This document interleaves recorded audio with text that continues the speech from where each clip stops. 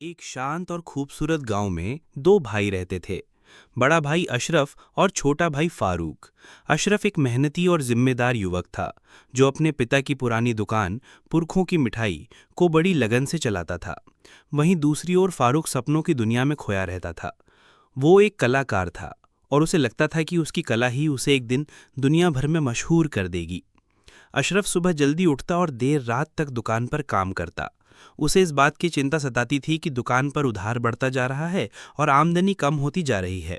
वो चाहता था कि फारूक भी दुकान के कामों में उसकी मदद करे, लेकिन फारूक को दुकान पर बैठना बंधन जैसा लगता था। वो अपना सारा समय गांव के बाहर नदी किनारे बैठकर तस्वीरें बनाने में बिताता था।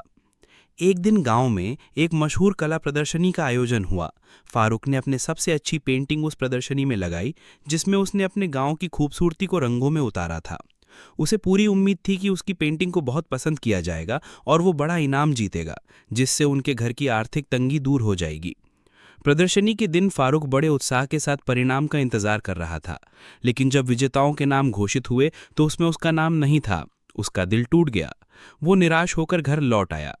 उसी शाम अशरफ ने देखा कि फारूक चुपचाप और उदास बैठा है। वो उसके पास गया और उसके कंधे पर हाथ रखकर बोला, परेशान मत हो। हर कलाकार को कभी ना कभी नाकामी का सामना करना पड़ता है।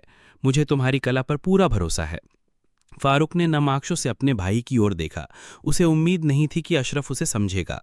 अगले दिन अशरफ ने फारूक को एक पुराना संदूक दिया जो उनके दादाजी का था। उस संदूक में मिठाई बनाने की एक पुरानी किताब थी, जिसमें कई अनोखी और स्वादिष्ट मिठाइयों की विधियां थीं।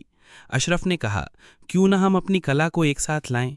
तुम इन मिठाइयों को अपनी कला से सजाओ और हम इन्हें अपनी दुकान पर बेचेंगे। फारूक को ये विचार बहुत पसंद आया।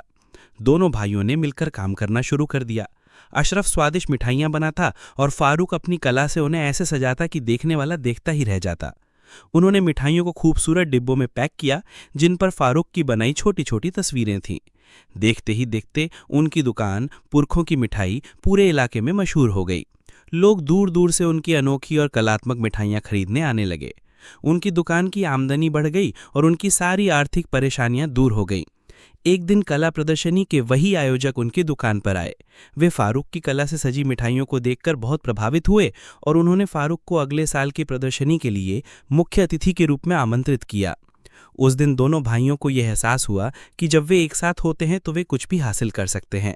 अशरफ ने सीखा कि सपनों का पीछा करना भी जरूरी है और फारूक ने समझा कि जिम्मेदारियां निभाना भी उतना ही महत्वपूर्ण है।